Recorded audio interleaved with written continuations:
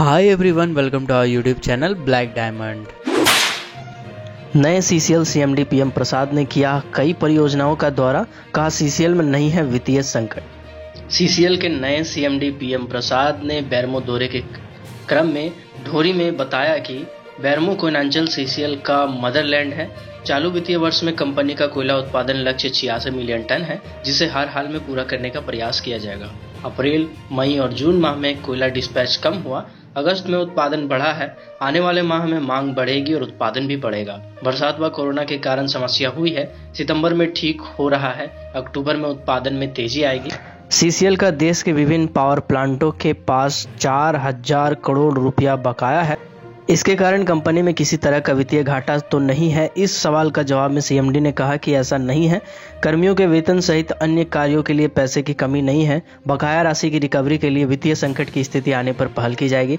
CMD ने कहा कि भूमि, सीटीओ, एफसी 1C के कारण कुछ खदानें बंद तो कुछ का विस्तार बाधित है। इसको लेकर गंभीरता से पहल की जा रही है। कोयला खनन के लिए स्टेज बाय काम करना होगा। सीसीएल सीएमडी पीएम प्रसाद ने कहा कि बेरमो कोयलांचल के पहले दौर के क्रम में कई परियोजनाओं का निरीक्षण किया। बीएम के एरिया के माइंस का अवलोकन किया और माइंस में मैप को देखा। जीएम एम वेंकटेश्वर राव और पीओ दिलीप कुमार के माइंस से संबंधित कई जानकारियां ली और तथा दिशा निर्देश दिया।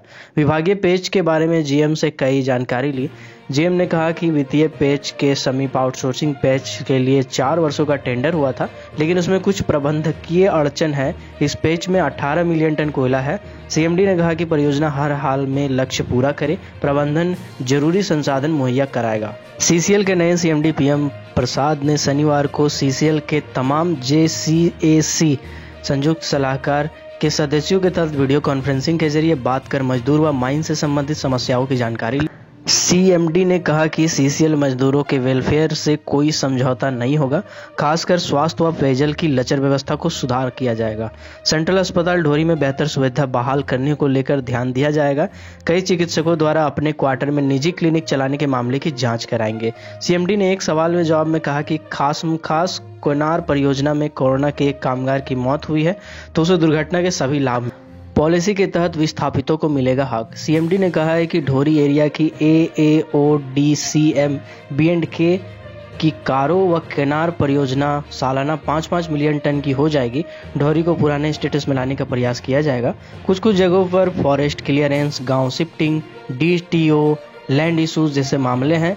विस्थापन व पुनर्वास को लेकर जो समस्याएं हुई हैं उसमें RR पॉलिसी के तहत नियोजन व मुआवजा दिया जाएगा। DR&RD परियोजना का स्टडी करेंगे। सीएमडी ने कहा कि B&K एरिया के DR&RD परियोजना कोल इंडिया की अति महत्वाकांक्षी परियोजना है। इस परियोजना का स्टडी करेंगे, इसके बाद ही प्लानिंग करेंगे। ढोरी एरिया की पिछड़ी व आंगपाली परियोजना को चालू करने का प्रयास होगा। नेक्स्ट न्यूज सेल से आ रही है। इस्पात उत्पादन में विश्व में दूसरा, लेकिन रोजगार देने में पिछड़ा है सेल।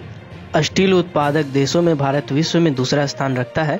वर्ल्ड स्टील एसोसिएशन की रिपोर्ट के अनुसार भारत में कच्चे स्टील का उत्पादन वर्ष 2018 में 10.65 करोड़ टन रहा। इस उत्पादन में महत्वपूर्ण भूमिका steel authority of India limited यानी सेल की इकाइयों ने निभाई।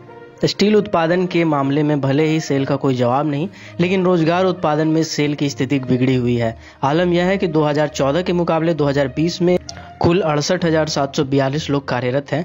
ठेका आधारित कार्य के जरिए चल रहा है काम। शुरुआती दौर में सेल की इकाई बोकारो इस्पात संयंत्र में 40,000 के करीब अस्थायी कर्मचारी हैं। वर्तमान में यह आंकड़ा महज 11,000 के करीब है। यूनियन नेताओं की माने तो प्लॉट के हर विभाग में आउटसोर्स का काम चल रहा है। अस्थायी कर्मचारी की जगह ठेका कर्मी से काम चलाया जा रहा है। यहां तक कि बोकारो जनरल अस्पताल में चिकित्सकों की बहाली भी अनुबंध पर की जा रही है। इसका असर कहीं न कहीं उत्पादन व उत्पादकता पर पड़ रहा है। आपको बता दें सेल में कब वैकेंसी निकाली गई और कितनी निकाली गई। 2014 में 1450 वैकेंसी निकाली गई थी, वहीं 2015 में 1518 थी। 2016 में यह घटकर 590 हो गई है।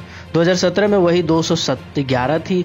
2018 में 361, 2019 में 148 और 2020 में महज 261 पदों की बहाली निकाली गई।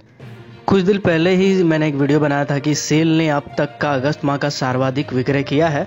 सेल में अगस्त 2020 के दौरान अब तक की सर्वाधिक विक्रय यानी कि 14.34 लाख टन का विक्रय हासिल किया है।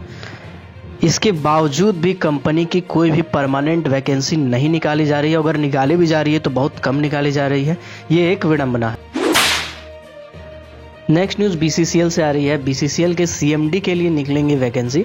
बीसीसीएल एंड सीसीएल के सीएमडी का जिस तरह पदस्तर स्थानांतरण हुआ है यानी ट्रांसफर किया गया है, उसके बाद सीसीएल सीएमडी को लेकर पूर्व में जारी वैकेंसी अब निरस्त किया जा सकता है। फिलहाल लोक उद्यम चयन बोर्ड की ओर से इस पर अभी तक कुछ नहीं कहा गया है। जब सीसीएल सीएमडी की वैकेंसी जारी हुई थी तब सीएमडी गोपाल सिंह थे, जो जनवरी 2021 में रिटायर होने वाले थे।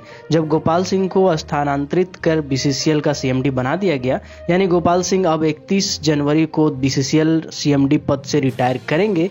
इसीलिए तकनीकी रूप से अब बीसीसीएल में सीएमडी का पद खाली होगा। इसीलिए वैकेंसी भी बीसीसीएल सीएमडी के लिए होगी।